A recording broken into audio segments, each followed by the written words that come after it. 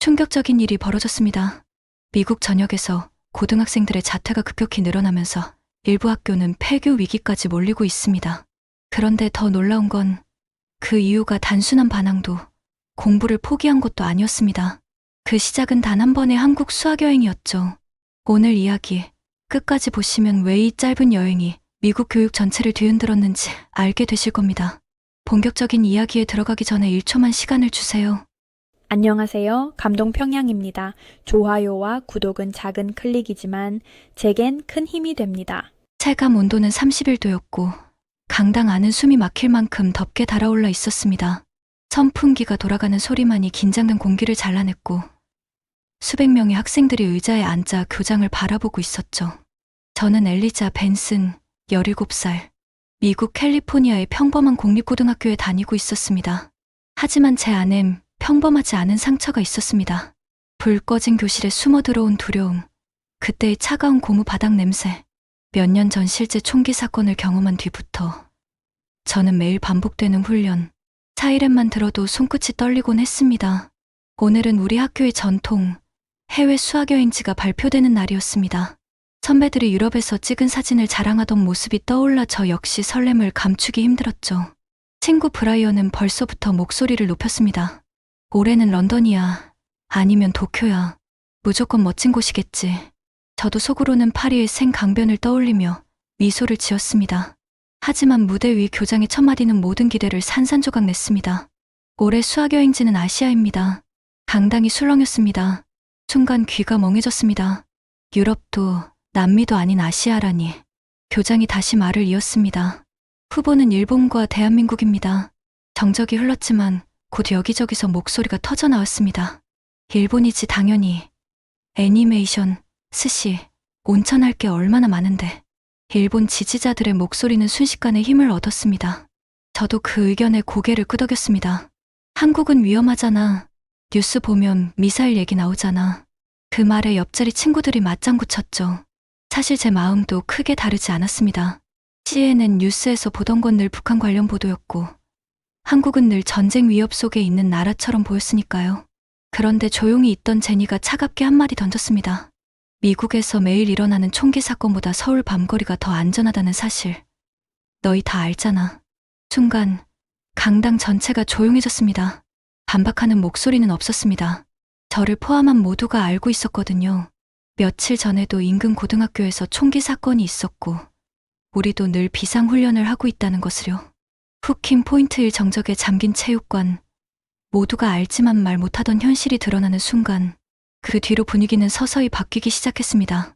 BTS, 블랙핑크, K-드라마. 누군가는 한국이 지금 세계 문화의 중심이라고 말했고 또 다른 누군가는 세계에서 가장 빠른 인터넷과 디지털 교육 시스템을 언급했습니다. 일본 지지자들은 전통과 역사를 내세웠지만 한국 지지자들은 현재와 미래를 강조했습니다. 저는 그 사이에서 갈피를 잡지 못했습니다. 며칠 뒤 교장은 우리를 다시 체육관으로 불렀습니다. 스크린에 한 영상이 재생되었죠. 그것은 한국 고등학교 급식 장면이었습니다.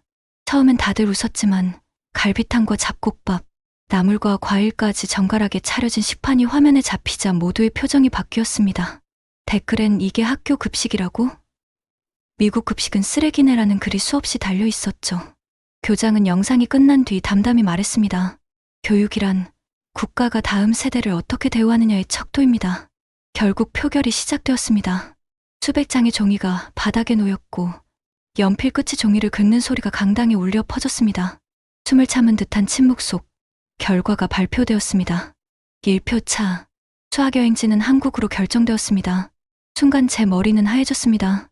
일본을 원했던 저와 친구들은 허탈하게 웃었지만 가슴속 어딘가에서는 설명하기 힘든 떨림이 일었습니다. 정말 괜찮을까? 위험하지 않을까? 그렇게 두려움과 호기심이 뒤섞인 채 제 인생을 바꿀 비행기가 다가오고 있었습니다. 비행기 창문 너머로 밤하늘이 서서히 푸른빛을 잃어갔습니다. 착륙 안내 방송이 들려오자 제 심장은 점점 빠르게 뛰었습니다. 드디어 한국 땅을 밟는구나. 안전벨트를 고쳐 매는 순간 제 손끝이 차갑게 식는 걸 느꼈습니다. 뉴스 속 낯설고 위험해 보였던 나라, 그 막연한 불안이 현실이 되어 다가오는 순간이었죠. 비행기 문이 열리고 김해공항 특유의 맑고 차가운 공기가 한 번에 밀려 들어왔습니다. 숨을 들이마시자 묘하게도 두려움보다 상쾌함이 먼저 느껴졌습니다. 공항 내부는 너무나 조용하고 깔끔했습니다. 바닥은 반짝였고 안내판은 세밀하게 정돈되어 있었죠. 무엇보다 놀라운 건 입국 심사였습니다. 지문과 얼굴을 인식하는 순간 단 5초 만에 문이 열렸습니다. 끝이야. 이게 다야. 제 입에서 놀라움 섞인 말이 터져 나왔습니다. 미국에서라면 30분 넘게 기다려야 했을 절차가 여기선 눈 깜짝할 새 끝난 겁니다. 게이트를 나서자 로봇 안내원이 바퀴를 굴리며 다가왔습니다. Welcome. 유창한 영어와 함께 길을 안내하는 화면이 나타났습니다. 친구들이 웅성거리며 휴대폰을 꺼내들었죠. 이 로봇, 진짜야? 모두가 웃었지만 그 웃음 속엔 저와 같은 놀람이 섞여 있었습니다. 와이파이를 켜자마자 또 한 번 충격이 밀려왔습니다. 1080 화질 영상이 끊김없이 재생되고 있었습니다. 제 옆자리 브라이언이 중얼거렸습니다. 우리 집보다 빠른데 그의 표정에는 당혹감이 스쳐 지나갔습니다. 공항 리무진 버스를 타고 도심으로 들어가는 길. 창밖 풍경은 제 상상을 완전히 깨뜨렸습니다. 도로는 정돈되어 있었고 차량들은 규칙적으로 움직였습니다. 신호등이 바뀌자마자 동시에 멈추고 동시에 출발하는 모습은 마치 오케스트라 같았습니다. 고개를 돌리면 건물 외벽은 말끔했고 지하철 입구마다 엘리베이터와 에스컬레이터가 설치되어 있었습니다. 거리 곳곳에는 QR코드 안내판이 붙어 있었고 공공 와이파이 존이 촘촘히 깔려 있었죠. 버스 안에서 박지민이라는 이름표를 단 한국 학생 도우미가 우리를 맞았습니다. 차분한 목소리로 첫 일정을 설명하던 그의 말투에는 지나친 친절이 아닌 절제된 배려가 담겨 있었습니다. 그 순간 제 안에서 뭔가가 조금씩 풀리는 느낌이 들었습니다. 첫 일정은 전통문화 체험이었습니다. 사실 저는 내심 시큰둥했습니다. 옛날 옷 입고 사진 몇 장 찍는 게 뭐 대단하다고. 하지만 한복을 입고 거울 앞에 선 순간 제 생각은 산산조각 났습니다. 곱게 수놓인 자수, 햇빛에 반사되는 색감, 바람에 흩날리는 치마 자락, 제 모습이 낯설게 아름다워 보였죠. 걸음을 옮기자 외국인 관광객들마저 한복을 입고 있었습니다. 일본인, 독일인, 브라질인, 그들 모두가 말했습니다. 한국 전통 의상은 예술입니다. 그 말이 제 가슴에 깊게 박혔습니다. 저녁에는 전통시장을 찾았습니다. 시장의 공기는 뜨거운 기름, 냄새와 갓 튀긴 전의 고소한 향으로 가득했습니다. 떡볶이를 한 입 먹고 매워하는 제게 노점의 할머니가 웃으며 따뜻한 호떡을 건네주셨습니다. 외국 학생이지. 매울 땐 이거 먹어봐. 그 짧은 순간 저는 한국의 정이라는 것을 처음으로 체감했습니다. 가족도 친구도 아닌 낯선 사람이 따뜻하게 건네는 작은 배려.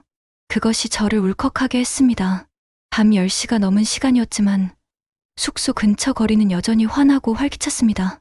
놀라운 건 혼자 걷는 여성들이 많았다는 사실이었습니다. 미국 같았으면 절대 불가능하지. 제 입에서 무의식적으로 나온 말에 친구들도 고개를 끄덕였습니다. 그 순간 깨달았습니다. 내가 무서워했던 건 한국이 아니라 매일 총기 사건에 긴장하며 살아가야 하는 우리 미국의 현실이었다는 사실을요. 그날 밤 숙소 창문 너머로 서울의 네온사인이 끝없이 빛났습니다. 길과 편의점에는 사람들이 삼각김밥을 사며 웃고 있었고 골목에서는 누군가 조용히 대화를 나누고 있었습니다. 평범하고 일상적인 풍경이었지만 제 눈에는 기적처럼 보였습니다. 내가 두려워했던 나라는 여기 없구나. 그 순간부터 제 안에 무언가가 천천히 무너지기 시작했습니다. 두려움, 편견, 무지, 그리고 그 빈자리를 채운 건 안정과 질서, 따뜻한 배려였습니다. 아침 햇살이 유리창을 통해 교실 바닥에 길게 번졌습니다. 전날까지 설렘과 피곤이 뒤섞였지만 오늘은 이상하게도 눈이 쉽게 떠졌습니다. 일정표에 적힌 단어 하나 때문이었죠. 특목고 방문. 미국에서도 소문으로 들었던 한국 명문 고등학교. 그곳에서 실제로 수업을 볼 수 있다니 긴장과 기대가 동시에 엄습했습니다. 버스가 교문 앞에 멈추자 교복 차림의 학생들이 줄지어 서 있었습니다. 또렷한 발음으로 환영합니다라는 인사를 건네는 모습에 순간 몸이 굳었습니다. 그 또래 학생들이 저보다 훨씬 또렷하게 영어를 구사하고 있었으니까요. 친구 브라이언이 제 귀에 속삭였습니다. 이건 거의 원어민 수준인데 저는 말없이 고개만 끄덕였습니다.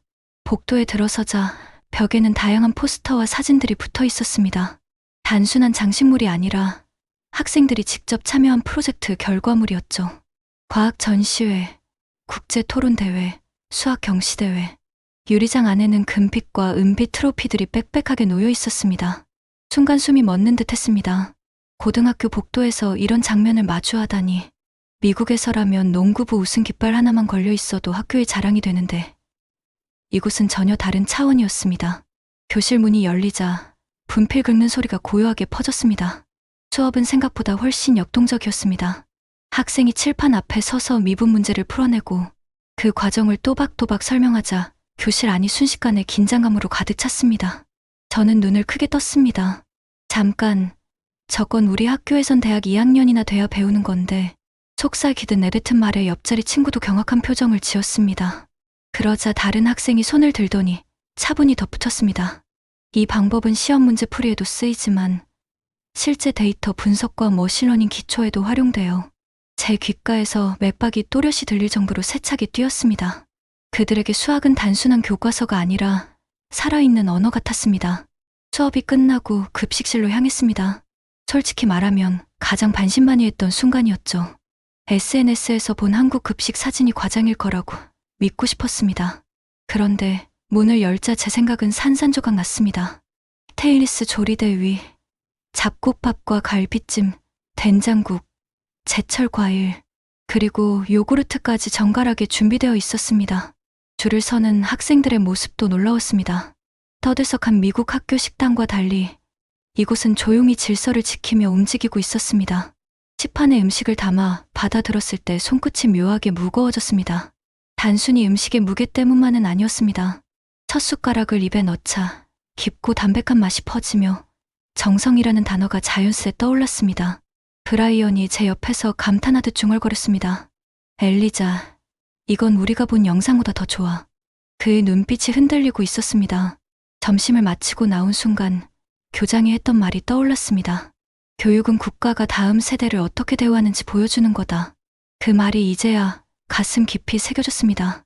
이건 단순한 급식이 아니었습니다. 학생이라는 이유만으로 존중받는 경험. 그것이 제가 평생 한 번도 누려보지 못한 감각이었습니다. 그날 밤 숙소로 돌아와 침대에 누웠을 때 제 머릿속은 여전히 낮의 장면들로 가득했습니다. 칠판 앞에서 떨림 없는 목소리로 문제를 설명하던 학생, 금빛 트로피들이 빽빽했던 복도, 손끝에서 따뜻하게 전해졌던 급식 식판의 무게, 그것들은 모두 하나의 문장으로 이어졌습니다. 이곳에서라면 미래를 준비할 수 있겠구나. 비행기 바퀴가 활주로에 닿는 순간 제 마음은 이미 복잡하게 얽혀 있었습니다. 창밖으로 보이는 LA의 하늘은 여전히 파랬지만 그 아래로 펼쳐진 풍경은 왠지 낯설게 느껴졌습니다. 몇 주 전까지만 해도 그곳은 제 집이었지만 지금은 전혀 다른 세계처럼 보였습니다.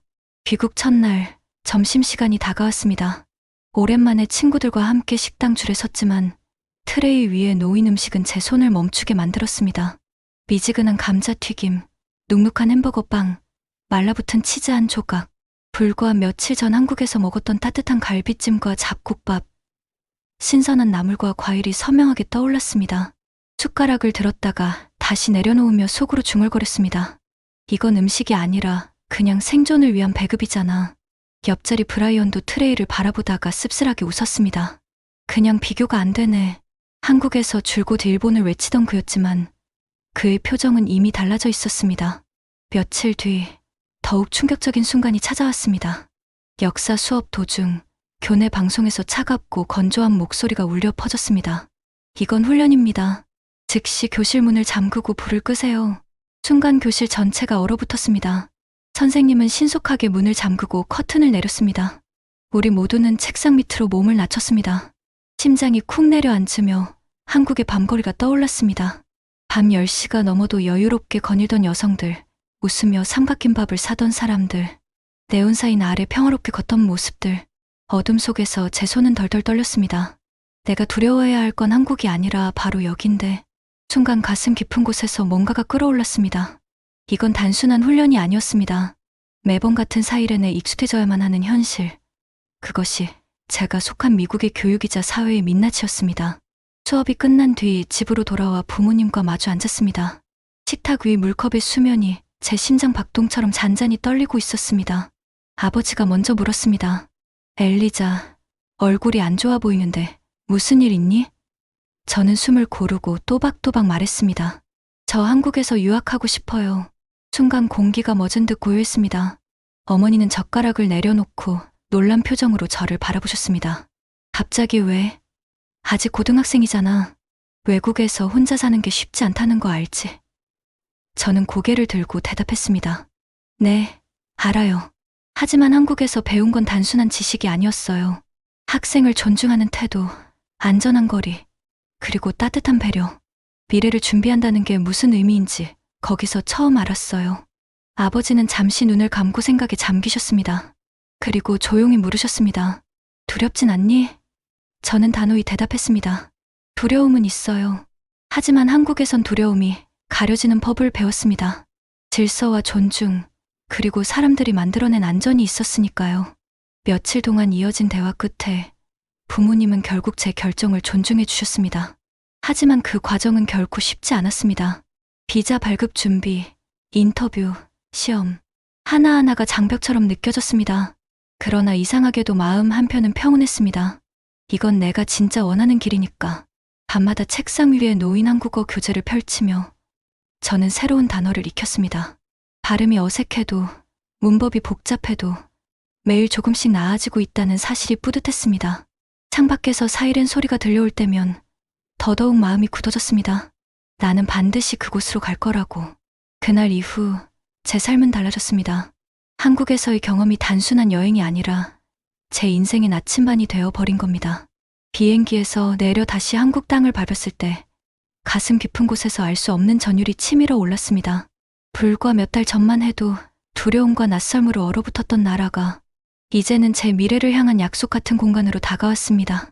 김해공항 입국장 유리문을 밀고 나왔을 때 마치 오래된 집으로 돌아온 듯한 기묘한 안도감이 몰려왔습니다. 새로 배정된 학교는 한국의 국제고였습니다. 교문 앞에 서자 눈앞에 펼쳐진 풍경이 눈부셨습니다.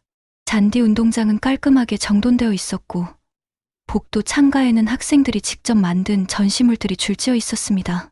처음 교실 문을 열고 들어갔을 때 수십 개의 눈동자가 일제히 저를 바라보았습니다. 순간 심장이 쿵 하고 내려앉았지만 이내 한 학생이 먼저 미소를 지으며 말했습니다. 어서 와. 도움이 필요하면 언제든 말해. 그 짧은 인사가 어찌나 따뜻하게 들리던지 눈가가 시큰해졌습니다. 수업은 제가 상상한 것 이상이었습니다. 토론 중심의 영어 수업, 직접 코드를 작성하며 배우는 컴퓨터 과학 시간, 그리고 창의적 사고를 요구하는 프로젝트 발표. 미국에서라면 대학 강의실에서나 가능할 법한 풍경이 고등학교 교실 안에서 펼쳐지고 있었습니다. 저는 처음엔 말 한마디 하기조차 어려웠지만 친구들이 작은 실수에도 웃으며 격려해 주었고 선생님들은 천천히 설명하며 끝까지 기다려 주셨습니다. 점심시간이 되자 다시 급식실 앞에 섰습니다. 예전처럼 손끝이 묘하게 무거워졌습니다. 식판 위에 놓인 잡곡밥과 갈비찜, 제철 과일은 단순한 음식이 아니었습니다. 그건 너도 존중받을 자격이 있다라는 눈에 보이지 않는 메시지였습니다. 숟가락을 들며 저는 속으로 다짐했습니다. 이 순간을 절대 잊지 말자. 내가 여기까지 온 이유를. 며칠이 지나자 점점 더 많은 학생들이 제게 다가왔습니다. 발음이 서툴러도 끝까지 들어주었고 제가 모르는 단어를 쓰면 곧바로 설명해 주었습니다. 작은 배려가 쌓여 하루하루가 조금 더 자신감으로 바뀌었습니다. 예전 미국에서라면 늘 어두운 그림자처럼 따라붙던 총기 훈련 사이렌이 이곳에는 존재하지 않았습니다. 밤늦게까지 도서관 불빛이 환히 켜져 있었고 친구들은 웃으며 함께 공부했습니다. 어느 날 창가에 앉아 야경을 바라보다가 문득 이런 생각이 들었습니다. 나는 이제 두 개의 세상을 경험한 사람이구나. 미국의 혼란스러운 현실과 한국의 질서 있는 일상. 두 나라는 서로 달랐지만 저는 이제 그 둘을 이어줄 다리 같은 존재가 되고 싶어졌습니다. 단순히 유학을 온 학생이 아니라 두 사회의 장점을 이어나가고 더 나은 미래를 만드는 연결자가 되고 싶다는 소망이 제 안에서 자라나고 있었습니다. 마지막으로 부모님께 편지를 썼습니다. 엄마, 아빠, 여기에서 저는 매일 배우고 있습니다. 지식만이 아니라 존중과 질서를요. 언젠가 제가 배운 것을 가지고 다시 미국으로 돌아가거나 혹은 두 나라를 잇는 길을 만들어 보고 싶습니다. 두 분이 제 결정을 믿어주셔서 감사합니다. 봉투를 닫는 순간 가슴이 뭉클하게 뜨거워졌습니다. 이제 저는 매일 새로운 도전에 뛰어들고 있습니다. 언어 장벽도 문화의 차이도 여전히 존재하지만 그 모든 게 두렵지 않습니다. 한국에서 보낸 짧은 여행이 제 인생을 바꿔놓았듯 지금의 유학 생활 또한 제 미래를 단단하게 다져줄 것임을 확신하기 때문입니다. 그리고 저는 여전히 제 자신에게 묻습니다. 왜 한국인가? 그 대답은 매일같이 달라지지만 하나만은 분명합니다. 이곳에서 저는 학생으로서 존중받고 사람으로서 안전하게 살아가고 있다는 것. 그것이 제가 찾던 진짜 교육의 의미이자 삶의 가치였습니다. 오늘 이야기를 보시면서 여러분은 어떤 생각이 드셨나요? 한국 같은 교육 환경이라면 나도 유학을 가고 싶다라고 생각하셨다면 한 번, 역시 비교해보니 미국 현실이 너무 안타깝다라고 생각하셨다면 두 번, 나는 또 다른 나라의 교육 시스템도 궁금하다라고 생각하셨다면 세 번, 이렇게 숫자로 댓글 달아주시면 여러분의 의견이 모여서 더 재미있는 토론이 될 것 같아요. 구독과 좋아요는 감동평양이 더 큰 이야기를 전하는 데 큰 힘이 됩니다. 오늘도 시청해 주셔서 감사합니다. 여기는 감동평양이었습니다.